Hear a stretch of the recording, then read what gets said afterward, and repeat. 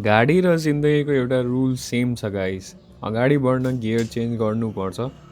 फरक यति हो, गाडीमा रिभर्स गियर हुन्छ तर हाम्रो लाइफमा पछाडि फर्किने अप्सन हुँदैन।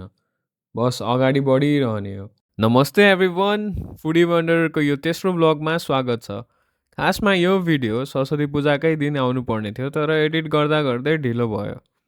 पूजा र विसर्जन सकिसके पनि त्यो दिनको रमाइलो यादहरू र बिरन्जको भाइब्स चाहिँ यो भिडियोमा प्याक गरेर ल्याएको छु।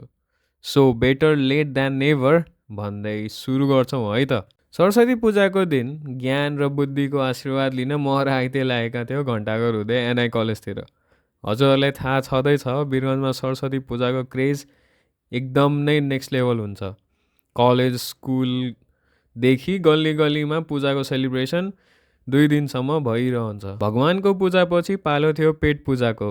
बिहानको 9 बजेको थियो र भोक मेटाउन हामी पुगेका थियौँ मुरली चौकको लेजेन्ड्री अर्पण स्विट्समा। भित्र छिर्दा त माहौल तात्तिसकेको रहेछ।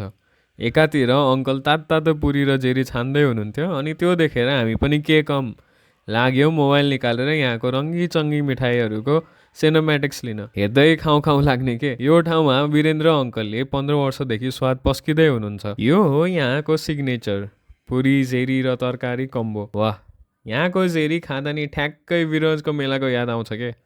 त्यो अर्ग्यानिक स्वाद। र अर्को कुरा, यो प्योर भेज रेस्टुरेन्ट हो तर यहाँको भेज मोमोको स्वाद आहा, नन भेज लभरले पनि हार मान्छन् है। आइतेको रियाक्सनले नै भनिरहेछ पुरी जेरीको कम्बो कति बब्बाल छ। यति मात्र होइन, हामीले ट्राई गर्यौँ यहाँको स्पेसल रसमलाई। सो गाइस, पूजा सकिए पनि यहाँको मिठो स्वाद त सधैँ रहिरहन्छ।